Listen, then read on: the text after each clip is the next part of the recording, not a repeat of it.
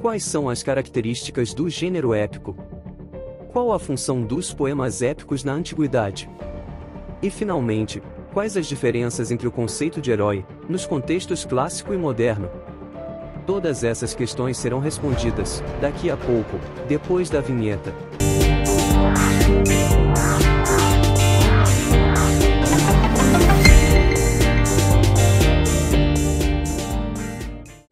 Quando ouvimos falar de um filme épico, imediatamente visualizamos cenas de batalhas grandiosas, com a presença de heróis destemidos, defendendo valores como honra e justiça. Por que fazemos essa ligação? O que nos leva a associar o épico a cenas de lutas espetaculares? O gênero épico. Todos os povos têm as suas narrativas. A forma como as organizam pode variar, os meios pelos quais circulam podem ser diferentes, mas o fato é que contar histórias parece ser uma atividade própria da natureza humana. Uma atividade antiga. Dos poemas orais ao romance contemporâneo, a literatura registra a trajetória das narrativas. Seu estudo nos ajuda a compreender as mudanças formais e de conteúdo pelas quais passaram. As narrativas mais antigas apresentam uma característica comum. Todas contam os feitos extraordinários de um herói. Gênero épico e epopeia possuem o mesmo sentido.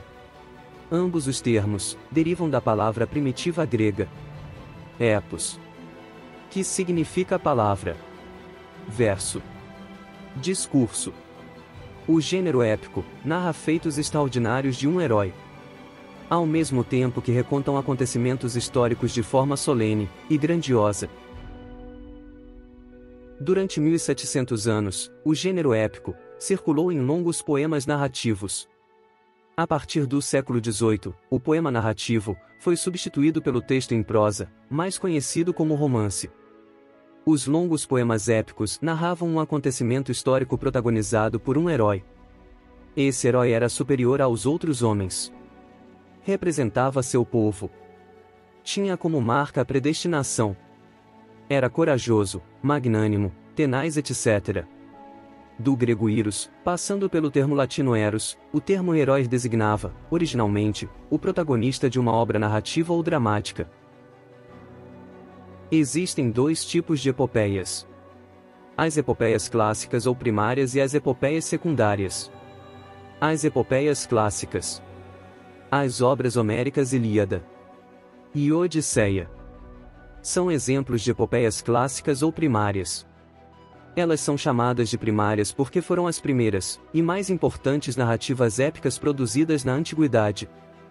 Tanto a Ilíada como a Odisseia possuem um pano de fundo e um núcleo narrativo. Pano de fundo é o evento histórico que serve de base para a sustentação das ações da epopeia. No caso da Ilíada, é a Guerra de Troia.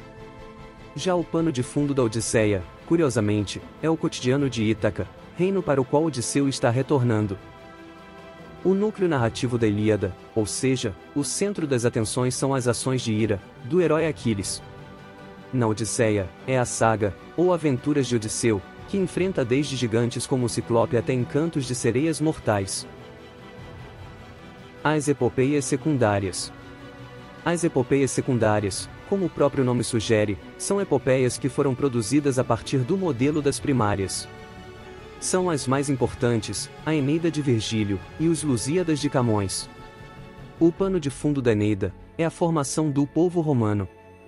O núcleo narrativo da Eneida é a peregrinação do troiano Enéas até a região onde nasceria a lendária Roma.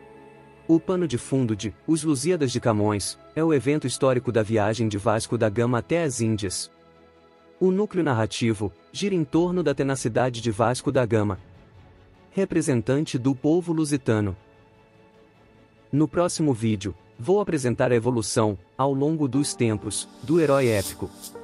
Também mostrarei a estrutura desses famosos e longos poemas. Até mais! E eu estarei lá, na primeira cadeira, esperando sua explicação.